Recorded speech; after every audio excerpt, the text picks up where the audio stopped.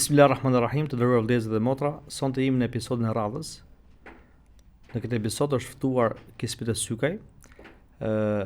Normalisht Kispita Sykaj vjen nga qyteti i Shkodrës, e kemi prezantuar dhe një nga episodet tjera më parë, po duke ditur që Forumi Studentor Kataçeti është pjesë jo vetëm Tiranë, por në gjithë qytetet e Shqipërisë, një prej tyre është dhe Shkodra, një qytet që nxjerr vazhdimisht potenciale, dhe ne mendojmë që kismetën e kemi një nga studentët apo ish studentët që ka një kontribut të mirë vetëm shoqërinë shqiptare, duke marrë pjesë në shumë evente apo në shumë aktivitete të saj, dhe kemi kënaqësinë që të kemi pjesë prapë sonte në episodin e radhës, pikërisht për të folur nga ana shpirtërore. Mirë se erdhe. Mirë se u gjeta. Normalisht ne dimë që muaji i Ramazanit ka ndikim të jashtëzakonshëm nga ana shpirtërore. Dhe qëllimi i tij është arritja e devotshmërisë, që do thotë agjërimi, kufizimi material arrin që t'i japi mundësi shpirtit ketë më shumë hapësirë. Pra dallimi mes njeriu dhe mes melekeve, njerëzit dallojnë sepse kanë dëshirë dhe epshet e tyre, kurse meleket janë të krijuar posafat për ta adhuruar Zotin. Agjërimi është një mjet për të arritur njeriu për të afruar më tepër me Zotin e gjithësisë. Që do thotë, sikur thot pejgamberi Islam, shejtani lëviz në damort e gjakut tuaj sikur pra lëviz gjaku në venat, pra lëviz në trupin e njeriu. Gushtoni duke agjëruar, pra duke mos i dhënë shumë ushqim.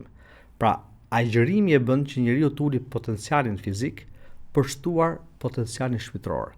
Si e trajtoni ju anën shpirtërore, dhe si është psikologjia dhe si ndikon kjo anë dhe gjendje shpirtërore tek individi dhe si kultivon këtë edhe mbas agjërimit apo mbas Ramazanit. Veç shkenca e psikologjisë, në fakt në përkufizimin e vet, studion shpirtin. Dhe si e tillë normalisht që përqendrimin kryesor ja jep vetë shpirtit. Duke marrë në konsiderat kohë që jetojmë sot, të cilat në fakt përqendrimin kryesor e kanë tek materia, kam përshtypjen që 11 muajt e vitit mjaftojnë për të përqendruar në këtë drejtim. Vetë muaji i Ramazanit vjen për të sjellë një stopim për individin që t'i rikthehet asaj që konsiderohet tashmë shpirtërore. Shpirtërorja e individit është ajo e cila e jep ushqim motorit për ta rifilluar edhe një herë angazhimin tek materialja muajt e tjerë. Pra, edhe pse është një lloj stopimi, kjo ndihmon individin për të rikarikuar dhe për të rifilluar sërish, po themi, tek këto angazhimet e përditshme që ka njeriu në drejtim të materjes. Normalisht shpirtërorja ka konsiderat më të rëndësishme se sa materialja, edhe në ditët e sotme ku presioni mbi materialin është shumë i madh. Aspekti shpirtëror i individit e ndihmon atë që të jetë në vetkontroll më të lartë, e ndihmon atë që të jetë emocionalisht më mirë, e ndihmon atë që të jetë shumë mirë me veten e tij, dhe kjo çfarë rezultati sjell, që edhe sjellja me njerëzit, edhe raporti me njerëzit është më në rregull.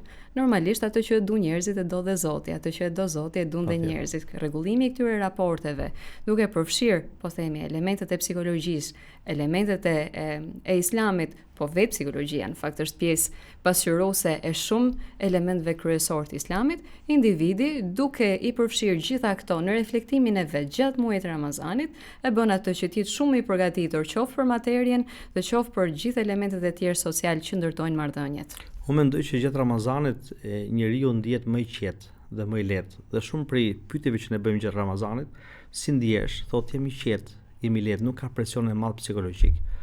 Dhe mendoj që impakti vjen edhe për shkak të agjërimit, pra kufizimi i materjes, dhe duke kufizuar materjen njeriu arrit të afrohet më tepër me Zotin.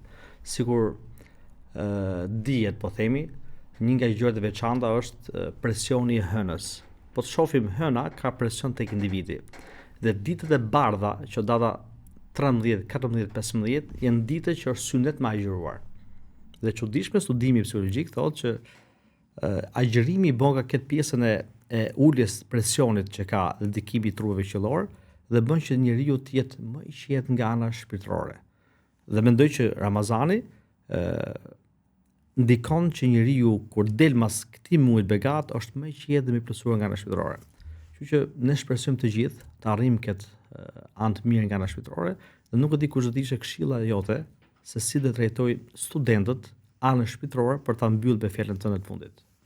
Ramazani është një teknikë e jashtëzakonshme psikologjike, do thoya unë, që çdo student dhe jo vetëm student të ndalet tek vetja vet dhe të bëjë reflektimet e veta ku është në aspektin shpirtëror dhe ku është në aspektin teknik të përditshëm, gjë e cila rregullohet me rregullimin e aspektit shpirtëror. Ramazani është mjaftueshëm për çdo student dhe për çdo individ për ta realizuar këtë vetë kontroll dhe vetë rregullim të brendshëm, pa i shtu dhe pa i hequr asnjë presje nga ajo që vetë Islami ka strukturuar dhe udhëzuar me gjithë ato që kërkon nga fillimi i Ramazanit deri në fundin e tij. Ramazani vetë me teknikat e veta mjafton. Unë do bëj një këshill ose një thirrje gjithëve besimtarëve dhe besimtarët që të arrijnë të fokusohen për të arritur këtë anë shpirtërore maksimale. Ne kemi nevojë si njerëz për të arritur atë që na ka krijuar Zoti i Madhërisht, materie dhe shpirt. Ramazani kemi këtë mundësi të ardhë që kemi këto ditë, le të arrijmë anën shpirtërore, mjaft me anën materiale, 11 muaj na ka lodhur, le të bëjmë këtë ndryshim të gjithë së bashku. Dhe shpresojmë që mas këtij muaji të dalim gjithë me një shpirt më të pastër dhe më të lehtë. Zoti shpërblet që erdhët sonte, shumë faleminderit dhe takohemi në episodin e radhës. Vetëm se kënaqësi.